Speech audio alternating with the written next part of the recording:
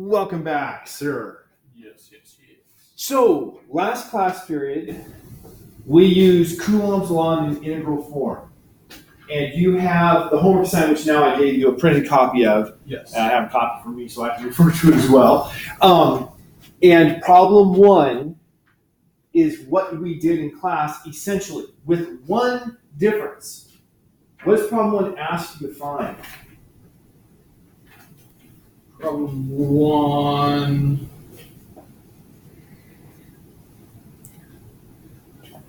Turn us about the magnitude and direction of a certain point. Of the... A is the z-axis, and B is the x-axis. No. What are you asked to find? You're asked to find not the force. Oh, the E. The electric field. The So what we did in class last week was the force. But now we've learned what the electric field is. So I want to get closer. So you're sitting back there at a table. I move forward a table. What we've learned, of course this is uncomfortable, is that electric field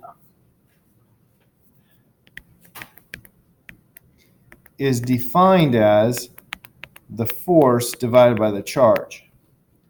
So all you're doing with these problems that's different than what we did in class is you're dropping the Q that wasn't part of DQ. Right. So that's divided out. So everything else is exactly the same. So you have the procedure, the mechanism to solve that. Now, for some reason, I forgot that I am doing this as a PDF. From class last period, we worked out that if you have a straight line, then the force, we had to first find the force vector, and then we broke the vector into components. Yes. And so my first equation there, force X, the K, Q2, dQ over R squared, that's your fundamental equation for what the force is. And then I have the cosine theta, because I need to break into components, and cosine theta gave me, and I didn't check to make sure that the angles were the same here. For this version here, it would have been sine theta. My X and Y are reversed, it turns out. I just copied what we had from last class period, not paying attention to the X and Y definitions on this page. Because X direction is this way. Horizontal. And so this here is your X component, and that would be the opposite side, right, instead of the adjacent side. So my X and Y had reversed because I just copied from what we had last week. But then using some trickery, not really chicanery, but we changed variables to theta. Why did I do that? We could have done it without changing variables theta. We could have kept our variable as dx. Isn't it because it's simply easier to find the integral of That's why. Remember that for a linear charge distribution, you have dq is equal to the charge density dx. And so I could have had everything in terms of an x integral, but it was easier, especially when I added that cosine theta part, to change it into theta being the variable, and I ended up with these pretty simple integrals. Now, I want to go one step further with this problem. What if the wire is infinitely long? If the wire is infinitely long, what does that affect for these two integrals? The wire's on the x, right? Yeah, the wire's on the x-axis. Isn't that just affecting the limits? It's just affecting the limits. And so what would my minimum angle be?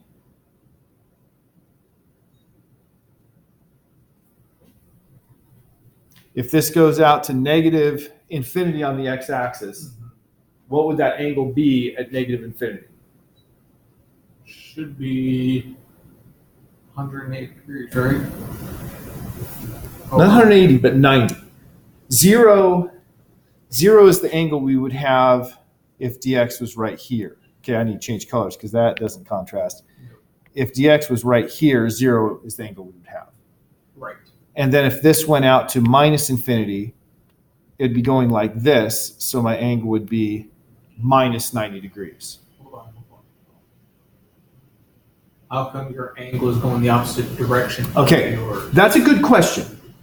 Remember, the electric field goes into negative and out of positive. Okay. And so if I have a little piece of dx that's out here infinitely to the left, then that means that since it's positive charge, here, see the little plus signs, that's our hot tip, this positive. Yes. Then that means the electric field due to that little piece is pointing away from it. And if it's infinitely to the left, then pointing away from that is going to be horizontal to the right. Okay. And so that's why it would point this direction if we were at at infinite to the left. And so this would be minus 90 degrees equals theta min. And then if we go to the other side, and if we have my dx is out here, infinitely positive to the right, then what direction would the electric field dE point due to that? Infinite in the opposite direction. So once again, minus 90. Actually, that would be plus 90. Plus 90 degrees because we measure it positive going counterclockwise. That's right. And since our reference was straight up, that's why the first one was minus 9, this is plus 9. And so my limits just become plus and minus 90 degrees. Now, when I do the integral of cosine theta, what do I get? Sine theta. Sine theta. What's sine of 90 degrees? 1. 1. What's sine of minus 90 degrees? Negative 1. So if I put my limits, if I do this top integral and I put in my limits, I'm going to have 1 minus a negative 1, or 2 is what I get for this integral. That's equal to 2.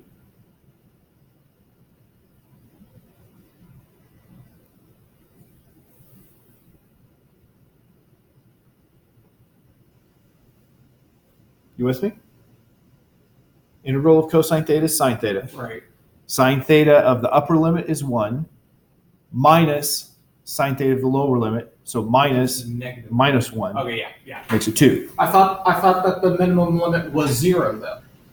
Not in this case. The That's limit because was it's minus an 90 infinitely degrees. long Yes. number, and so because it's doing Your that, homework is well, not that way. Your Right. homework goes from minus 90 degrees to 0. Right. Or is it? Actually, I got to think about the way we defined it with our sign. It went from 90 degrees to 0. Yeah. Yeah, it was. So that's 2. What about integral of sine? What's the integral of sine? Negative cosine. Negative cosine. Dropping the negative for now. What's cosine of 90 degrees? Cosine of 90 degrees is 0. What's cosine of minus 90 degrees? Also 0. So what do you get for the x component here? 0. Does that make sense? Yes. Why? Because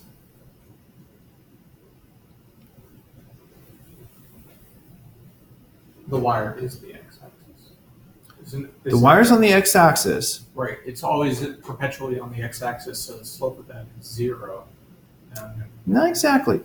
The argument, and this is an important thing, this is something I want you to take to heart to simplify problems. Symmetry. For every point here, there's an equivalent point here. And this is going to have something like that. This is going to have something like that. Break them into components. Those two things add to 0. Yes. And so your x components, you're always going to have something that's going to make it so it adds to 0 for the x. Mm-hmm. And so you could say, because this is an infinite wire, the symmetry demands that the x is an infinite wire with uniform charge distribution. If the charge distribution was symmetric about that center point, it would still work. Then the horizontal components have to add to 0, and you only need to calculate the vertical. So if I gave this to you as a problem, you could go ahead and calculate this, or you could say, based on the symmetry, for every x that has a forward, positive component, there's going to be one with an equal negative component, so they have to add to 0, and end there without doing any calculus. Okay.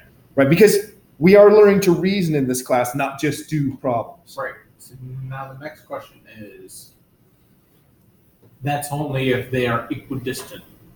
Right. So in your homework problem, that's why it has a semi-infinite wire, so you have to do it. Right. Right? You can't just use the symmetry argument and say, well, this one's 0, because it's not 0. Right.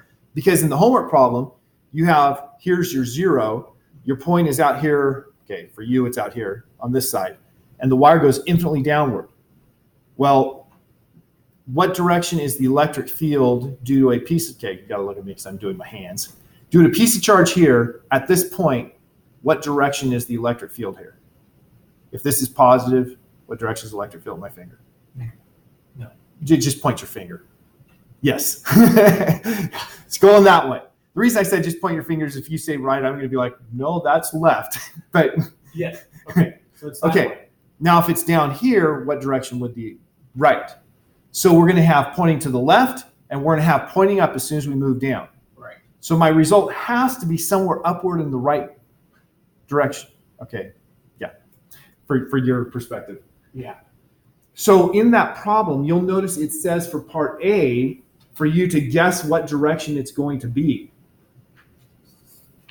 And you're supposed to not just guess like, oh, I don't know, I came up with a random choice. You're supposed to go through that logic and say that, oh, well, the only answer that makes sense based on the arrangement of charge is to be going to the right and up. Right. Now, how much to the right, how much to the up? You don't have that answer until you do the integral. I'll tell you the answer. It turns out it's 45 degrees. It's equal amount to the right as it is to the up. So when you do your work, if it doesn't come out to 45 degrees, You did it wrong. yeah. And I expect you to come by if you have questions, right? I don't expect, yeah. Probably will. What does this do? I'd have to look. Okay. It's on the schedule. I think it's 2 weeks from today. Let me check on Moodle. Okay. All right, moving on. So this slide now looks really busy, but hopefully you understand the symmetry argument and how we could apply what we did last class for if we had an infinite wire. Mm-hmm. And an important outcome that I want us to remember is that now if I do the electric field, I'm just going to divide away one of the Q's. So the electric field due to an infinite wire is equal to 2kq over, look, I had Ly. Well, there's something peculiarly wrong with this Ly, isn't there? It should be election. It can't be Q over L anymore because Q over L is going to go to 0 if L is infinite. So the problems replace that, and then there's a Y here.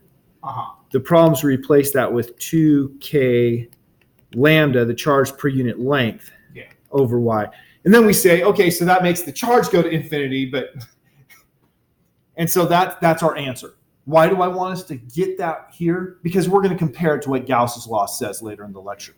So we're going to come back and say, does Gauss's law agree with Coulomb's law? If it disagrees, you know what? One of them's wrong. Right. So it better agree. Right. So, Go ahead. This assignment, Yes. that was due 356 days ago. Look on the schedule. I will look there. Yeah, I know I do have it on the schedule. I'll have to fix that clearly. Gauss's law. So, as you see here, Karl Friedrich Gauss, who lived from 1777 to 1855, he came up with something that's actually really ingenious. He said, if I measure how much electric field comes out of a surface, I can tell you how much charge is enclosed. Now, we start off with some easy questions. A surface. He says, if I know how much electric field comes out of a surface, I can tell you how much charge is enclosed. That means the surface doesn't have to be a physical surface. He's just saying if I take a volume of space and I calculate the strength of electric field coming out, I can tell you how much charge is enclosed. And it actually makes sense because we learned, for instance, that electric field lines go out of a positive charge go into a negative charge, right? Yes. So if the total electric field lines coming out of a surface is 0, then we must have no charge in there. Otherwise, it would be going in or out, right? Positive charge would be going out. Negative charge would be coming in. If it's 0, there must be no charge inside. And if it's positive, then you must have a net positive charge inside. If it's negative, you must have a net negative charge inside. Furthermore, we learned that the electric field due to a point charge, so for a point charge, magnitude was KQ over R squared. So electric field is proportional to the charge enclosed. So if you have more charge enclosed, the electric field's stronger. So Gauss recognized this and said, okay, so I just have to find a surface that's easy for me to calculate how much electric field comes out. Something wrong with your computer? Yeah, for some reason it hasn't been going to sleep lately, but it seems like it did. Okay. So you see my statement. I can tell you how much charge you have inside that box without looking inside. I'll just look at the field lines that enter or exit. So how does he do this? Now this is math. We're going to have two sides of an equation. We're going to do the two sides independently and then set them equal to solve for something that was on one side or the other. You can do that? Oh yeah. We do that in algebra all the time, actually. But oftentimes Yes, we do. people try to just do one side and say, I've got the answer, forgetting that you have to do the other side and then set them equal to find your actual value. So we'll get to how this works. First, how do we calculate how much electric field strength is coming out of a surface? We have a name for this. It's called the electric flux. Flux is short for what? Fluxion. Mm-hmm. And we measure this electric flux as the electric field parallel to the surface area, and then we have to add up over the entire surface area. How do we add up in a calculus class? Integrate. Okay, so we have an integral. And how do we integrate parallel in any class if we have two vectors? If they're parallel,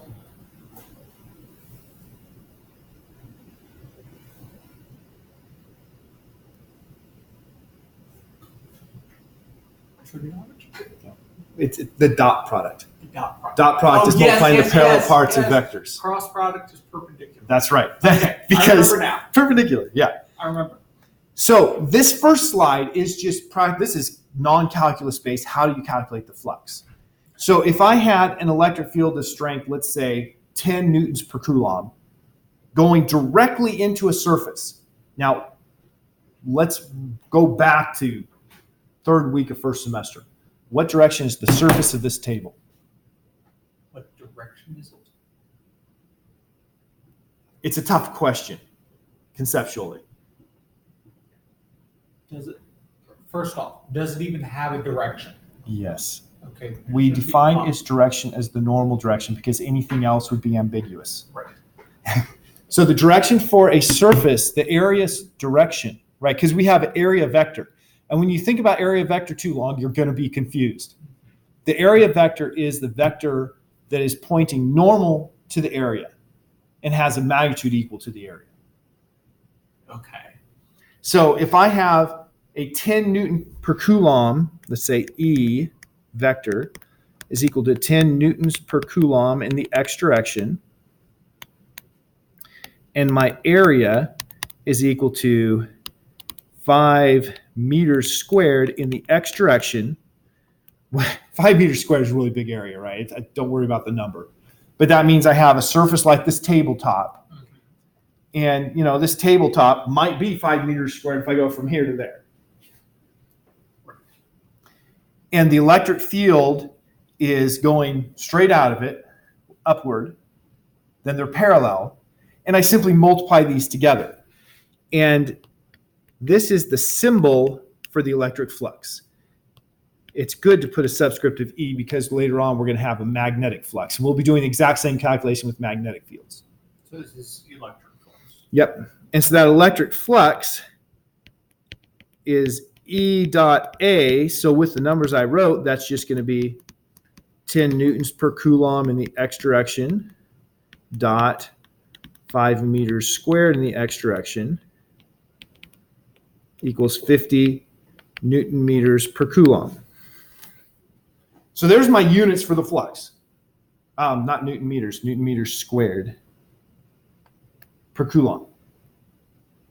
Okay, so that's the E is the. I forget what the E is. Electric field. Okay, the electric field is a vector. Yes. Okay, so we've got the electric field vector and the area vector. Yep. And that area field vector is just a random number you chose? I just chose random numbers, yeah. Okay.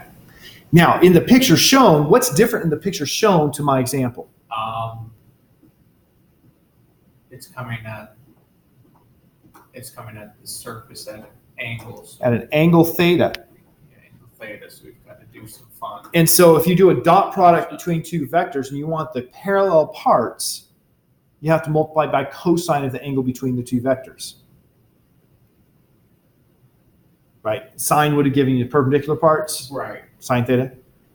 And so in order to do that, we have to use a whole table. Well, we would just do the same thing here, except for if this was, x hat, and this was 30 degrees toward y hat from x hat, then I would have to have my 50 Newton meters squared per Coulomb times cosine of 30 degrees, because it's tilted 30 degrees from pointing the same direction. So this is just breaking vectors into components and multiplying the parallel parts. So that's what it's trying to show here. And, having it at angle is equivalent to having a smaller area that is perpendicular. That stands to reason. Right. So here is our calculus. Well, here's the whole thing. The right-hand side is the calculus form, which is what you are going to utilize. Now, you might have a problem or two where you actually have to do this as a calculus problem. Virtually every problem I give you, you won't have to do any calculus, but you have to know this equation, know how to do it. Now, there are two things I wish I'd done in this equation. Number one is I wish I had reconfigured it so it wasn't squished vertically. Number two is there should be a circle there. Have you ever seen an integral with a circle? Absolutely not. Absolutely not. What's special about a circle? In this case, it's because it doesn't have any gaps. So if you have an integral sign with a circle on it, it means you're going over a closed surface, a surface that has no holes in it. Okay. And so the flux you have to do, remember, going back to what Gauss said, if I can measure how much electric field comes out of my random box, I can tell you how much charge is inside. Well, that random box, you have to measure all of it that comes out. You can't say, oh, well, here's a hole and we're not counting what goes through there. Right. So that's what that little circle is indicating. It's got to be closed. And that's why we have to use the surface area. Yes. Because that covers. Yeah, you can't close it with a line, right? Right. Now we're going to, when we use the equivalent of Ampere's law in magnetism, it's going to be a line integral. And so we're going to have a closed line. It's going to be still having that circle because it needs to be closed, but it's a closed line, meaning that it starts and ends at the same place without a gap on the line. So at this point, we have integral over the entire surface is the flux. Now, how is that useful? Well, here's Gauss's, and once again, I didn't reformat these, so they're all squished. By the way, just so you know, with the latest versions of Microsoft Office, you can double-click the equations that were put in with the old form, and it will reformat them to the new form. That would have saved a lot of time if it was available to me last summer when I redid the lab guide. I actually had a student worker who went through and had to change every single equation in the lab guide because of the, yeah. Yeah. So here is Gauss's law. Now remember we had Coulomb's law. Force between 2 point charges is K1, Q2 over R squared, or 1 over 4 pi epsilon 0 Q1, Q2 over R squared. Remember, we had both ways of writing it. Yes. And I said, sometimes we're going to write it with a K, and sometimes we'll write it with an epsilon 0. Well, here you can see we have Gauss's law with either 4 pi K on top or just 1 over epsilon 0. Which one are you going to use? I would like to use the epsilon 0. Right, less writing. We physicists are fundamentally going to go with the easiest way we can. Right. And in fact, we won't be doing this, but there are certain units available where epsilon 0 is 1 to make it easier. Right, well, you have to, everything is shifted by a certain amount to make that. Right, so your units are a little different, but it makes your calculations easier. And so people in certain areas of physics use those units. They're not SI units because it's just a lot less work to write. Right. Okay, so this is it. That is Gauss's law. The charge enclosed, that's what the Q enclosed is, the charge enclosed by your surface divided by epsilon 0, the permittivity free space, is equal to your electric flux through that same surface. Now, once again, what is that surface? It's a surface you choose. It's not a physical surface. Right. It's a calculational, mathematical surface. Okay. And so you choose that surface to make it easy to calculate. And so we're going to focus on how you choose that surface coming up. And notice my capital letters, it must be closed. Now, this is just going back to the homework as a reminder. Some of the problems use Coulomb's law. Which problems, you ask? The first one. Now, that's actually something the problems ask you is, what ideas are you going to use? You need to say, I'm going to use Coulomb's law or Gauss's law. Okay. Actually, I take that back. Number 2 also is fundamentally using Coulomb's law. Everything else. Number 2, I don't plan on going over, but let me tell you something about number 2. Number 2, you're finding the net electric field due to 2-point charges. How did we do that in class on Friday?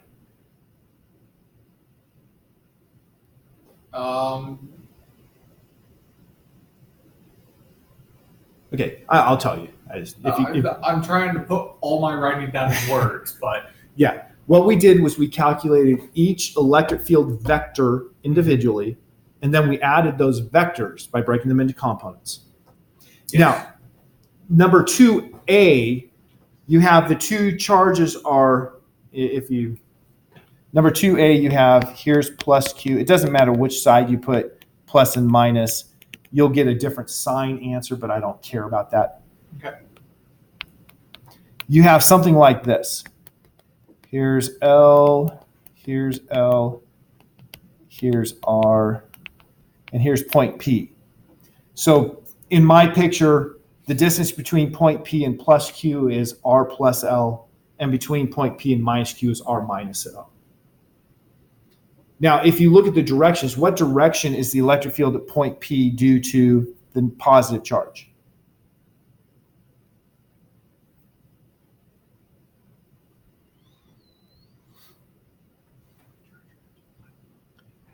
Does electric field point into or out of a positive charge?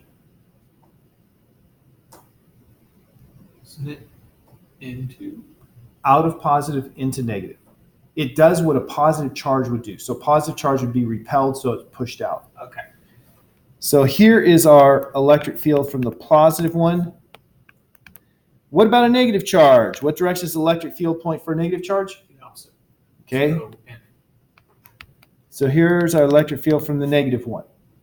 So in this case, the directionality is real easy. One's positive, one's negative in your directions. Then you add them as vectors. You need to get a common denominator. You need to. Don't have two separate terms, have one term with a common denominator. Because it asks you, what is the limit as R is much, much greater than L? Are you familiar with that? Wait, say that again. What? It says, what's the limit of this net electric field as R is much, much greater than L? The two greater than signs means much, much greater. Are you familiar with that? What that means is R is like 1,000,000 times bigger than L. So if you have R times L, well, you can't do anything. But if you have R plus L, since R is like 1,000,000 times bigger than L, you just the L is approximately 0. Right.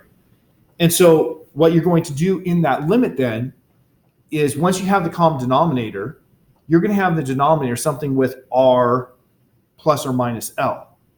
If it's R plus or minus L, you just drop off the L. It's immaterial. And then you'll have something with RL on top and R on bottom, and you cancel what you can, and that's your answer. So your answer is not going to be 0. Yes, it's approaching 0 as R approaches infinity, but we're just saying as R is much, much greater than L. So before it gets to 0, what's the way it's approaching? And so you're going to get an answer there. And then for part B, instead of your point P being over to the right, you're going to have your point P is up here in the center line. Now, if it's up here in the center line, you're going to have your E plus like this and your E minus like this. What argument should you immediately make? Symmetry. A symmetry argument that says that the vertical part's going to be 0. Right? Because you have equal upward and downward parts. Yeah. And it's just going to be the horizontal. So your answer, the E plus and E minus are going to have the same magnitude, and you have to find the horizontal component of one of them and double it. Okay. And once again, you got to make sure you get a single common denominator, which in this case you of course will, because it's just 2 times the x component of 1. They have the same denominator and the same numerator. And once again, find the limit as R is much, much greater than L. Okay. So the answer to those limits is not 0. It's a functional form that it's following when you're far away. And the reason for that is so you can see how it looks. Now, if you think about this logically, what's the net charge here? In which one? In this problem, when you have a plus Q and a minus Q of the same magnitude, what's the net charge? 0. 0. So what should the electric field be if you're far enough away that it looks like a single point charge? 0. Right. So you know it's going to be 0 when you get far away. That's not what we're asking for. We're asking functionally, how is it decaying towards 0? Oh, okay. Okay, so that's really all you need on that. Otherwise, there's no calculus involved in that question. That's an algebra problem based on what you've done in class on Friday. Okay. So I'm skipping over that. After that, we're going to have Coulomb's law problems. Or not Coulomb's law, Gauss's law. One of them is the differential form. I think it's number 5 is the differential form. I will cover the differential form as a last moment thing. The differential form is actually really easy. It's the integral form that's harder. So that's why we're doing that a lot. And so that problem actually turns out to be real simple. Okay. Number 5. So that's why I'm saving it to the last because it's real simple. So you need to apply Gauss's law, which means you're going to need to determine a surface, determine the flux through that surface based on how much charge is enclosed, and calculate the flux in that surface based on your symmetry. And then you set the two equal, and you solve for whatever you're asked to solve for. So let's get into this. First, all of our problems have simple exploitable symmetries. What does that mean? It means you're not going to do any calculus in this problem. The only calculus or in this homework assignment, the only calculus you're doing is calculating the charge enclosed and what we had to do for problem 1. Everything else is going to be using logic arguments about symmetry to not do calculus. Okay. Which is nice. Yeah. So let's start with a simple question. You're not going to use a clicker or anything. You're just going to blurt out. All of the class, if we had clickers, it'd still be just you, right? Yes. What type of exploitable symmetry does a sphere have? Should be spherical. Yeah, it's not a hard question, right? That one was obvious. So if you have a spherical charge distribution, you want to use spherical coordinates and a spherical symmetry. That means you want to make your Gaussian surface. Now remember, I said I haven't used the word Gaussian surface, have I? No. Gaussian surface is the name for the imaginary surface you use to calculate Gauss's law. Makes sense. So it's a surface you make up in your mind. Yep. In your picture, in your homework, it tells you to draw the Gaussian surface. So if you have a spherical distribution, you're going to draw a spherical surface that's concentric with your symmetry of the sphere. And you have different regions. For instance, I think in problem 3, you have a charged sphere and it's not uniform charge distribution, right? Yes. So, and I was going to change variables on this, and I didn't. Change variables just to make the math not have ambiguity in variable names. Anyway, you're going to have two distinct regions. The electric field inside, it's not a conducting sphere, it's an insulating sphere, which means you can have an electric field. The electric field inside a conductor is always zero. And this is easy to prove because if you have a conductor, what makes it a conductor? There's always a flow of electricity. Well, the electricity can flow freely. Yeah. That's what makes it a conductor. So if I have an electric field, that means that if I have a point charge in that electric field, there's going to be a net force parallel to the electric field, or if it's negative charge, anti-parallel. And of course, if there's no resistance to motion, you have a net force, it's going to move. And so if the electric field inside a conductor is not zero, then these charges that are free to move are going to have forces to make them move until you reach the point where you're in equilibrium where that doesn't happen anymore. So the only way you reach equilibrium is if the electric field inside the conductor is zero. Okay. So that's a simple rule. The electric field inside a conductor is always zero. But these are insulating spheres with charge distributed through them. So that means the electric field inside is not zero. And so if you want to find the electric field inside, you need to make a spherical shell, spherical because of the symmetry, concentric with the center, with a radius equal to the distance away from the center where you want to find the electric field. So you would draw your sphere, and then you draw like a dashed line to show, here is my Gaussian surface for finding the electric field inside the sphere. Outside the sphere, all the charge is contained within, right? Yes.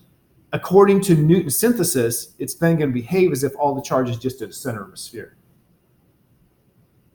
Remember, Newton's synthesis said that if you are outside of a spherically symmetric distribution of charge, that the force is the same as if all that charge is at the center.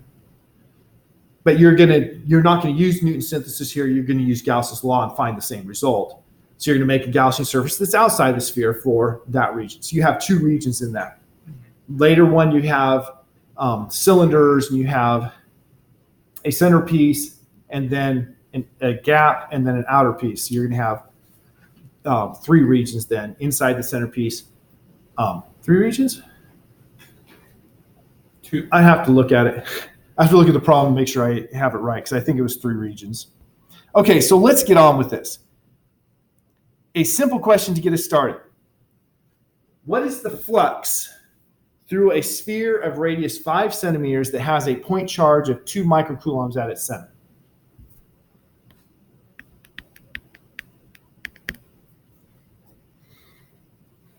Okay.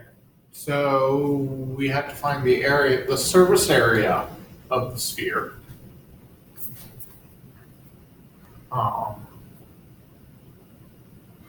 Okay, so one way, there's two ways of doing this, and of course both of them are part of Gauss's law. The integral over closed surface of electric field dot dA.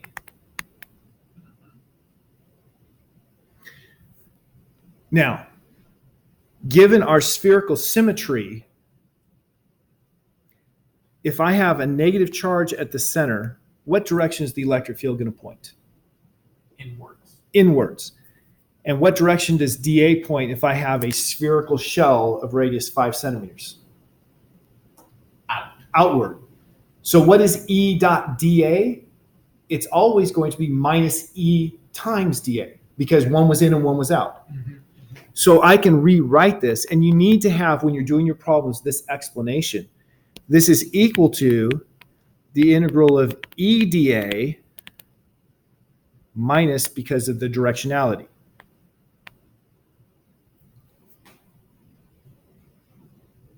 So the minus sign replaces the vectors because the vectors say Because one was in and one was out. Right. Okay. Okay, but then we can go one step further.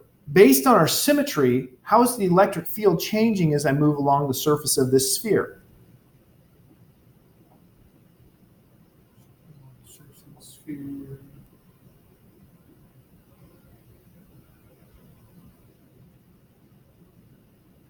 If I stay a constant distance from that point charge, how is the electric field magnitude changing? should be decreasing. No. If the R stays constant, Right. It doesn't change. it doesn't change.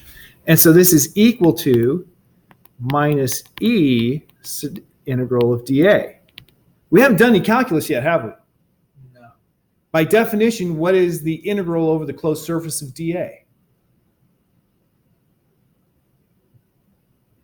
Surface area. Right.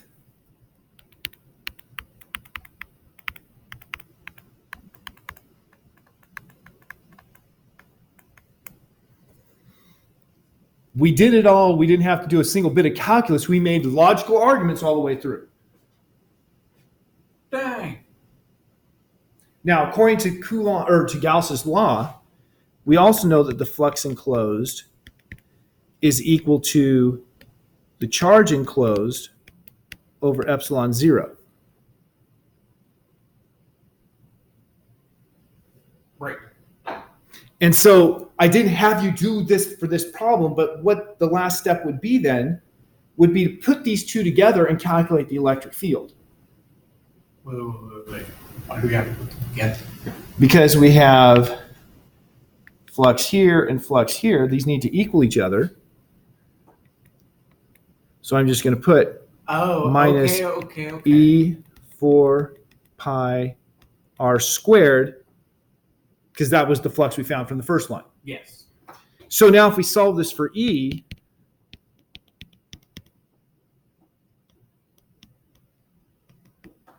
It's going to be negative Q enclosed over 4 pi r squared epsilon 0. or as we tend to want to write this,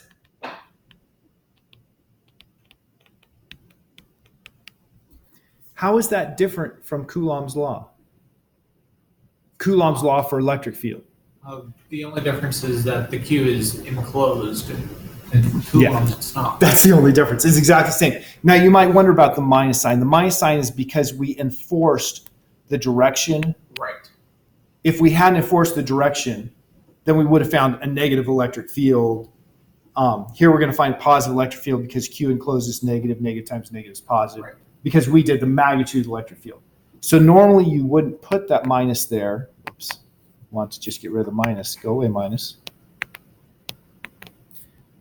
Normally you wouldn't put that minus sign there, and you would leave it to fall out when you put in the actual sign of the charge. And that is exactly Coulomb's law for the electric field due to a point charge. So what does this tell you? Gauss's law and Coulomb's law are equivalent. Yes. Okay, so then when it's asking what the flux is, we're solving for E. When it asks what the flux, no, we're solving for this here is actually what I intended you to solve for. But you could have also said this is the flux. Either one of those is a correct answer. Okay, so the flux is always going to be Q enclosed over epsilon 0. Yes, because that's Gauss's law. Okay. Now, when I ask you to find the flux, what I mean is for you to actually do the integral of the electric field dot dA. In other words, find the... So this one here is what I mean when I say find the flux. Right. But this one here is also correct, which I think that's what you had said right off the bat. Yes. And so you set the two equal, and you see we set the two equal, then we were able to solve for the electric field as a function of charge. Okay. And so if we And that's how we use it most of the time. And so if we actually wanted to quantify E, Mm-hmm. we would simply plug in the values. Yeah, plug in the value for Q and the value for R. And K is 8.9876 times Right. 10 to the negative Plus 19. 9. Just 9.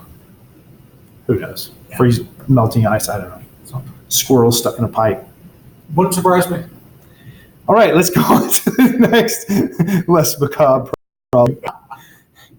Okay, so the next step was find the electric field. We just did. We've already done this slide. Right. Okay.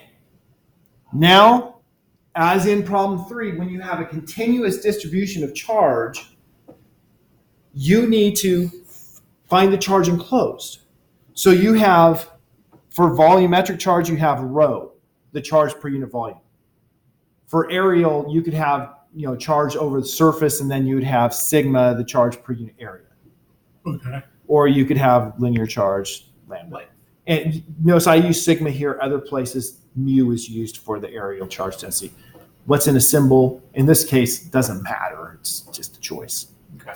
So you're going to need to calculate the charge enclosed. So if we look at your problem specifically, let me just add a slide here so I have room to do fun things. I'm not going to bring it down here anymore because this is just too low.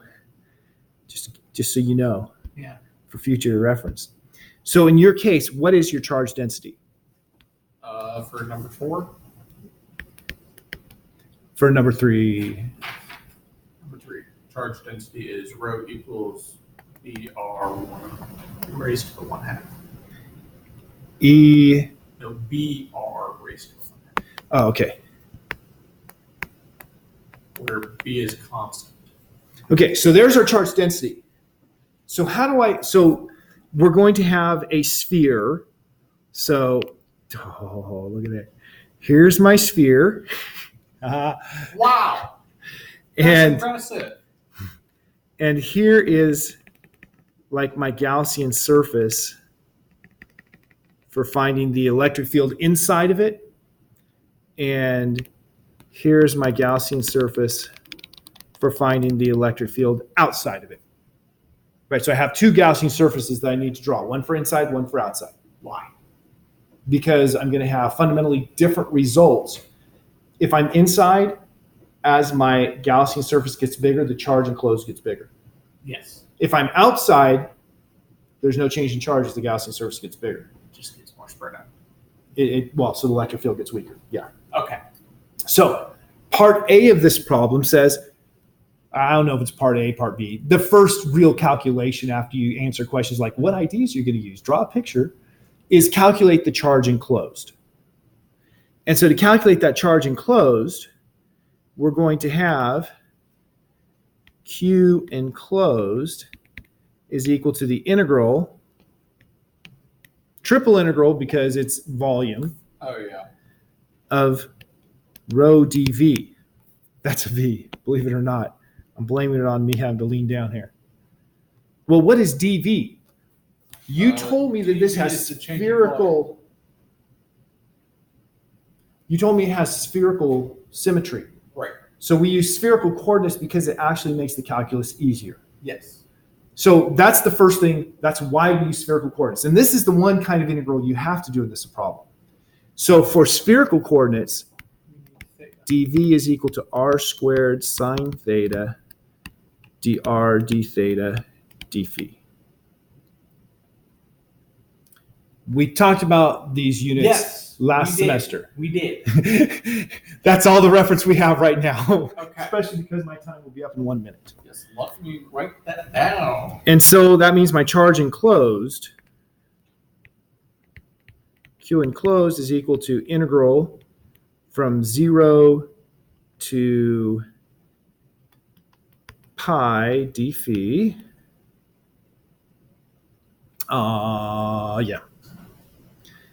From 0 to 2 pi d theta.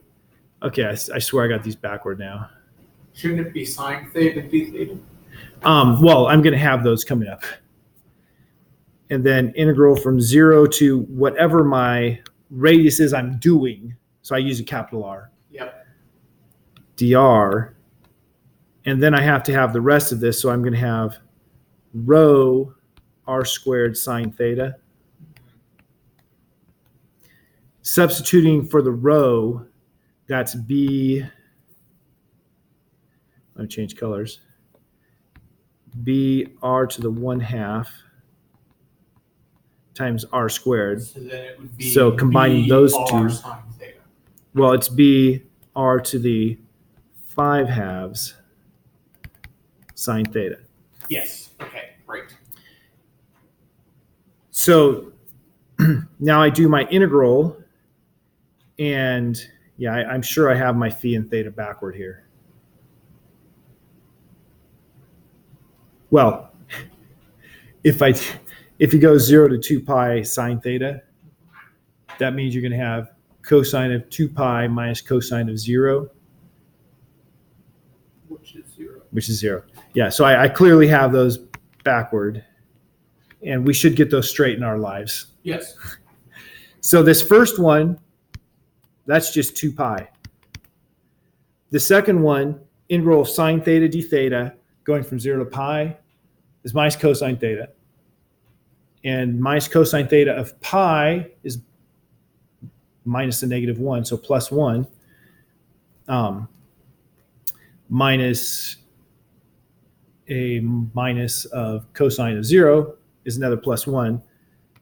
So the theta integral gives me 2. And then I just have my b was a constant and integral of r to the 5 halves. Let's see, add 1, that's going to be 7 halves divided by addition, so that's going to be 2r. Almost forgot the 2 over 7, yeah. And so there we have it. That's how much charge is enclosed in the entire thing. And then if I'm doing something inside, it's going to have the limit get smaller. So that's the one calculus you have to do.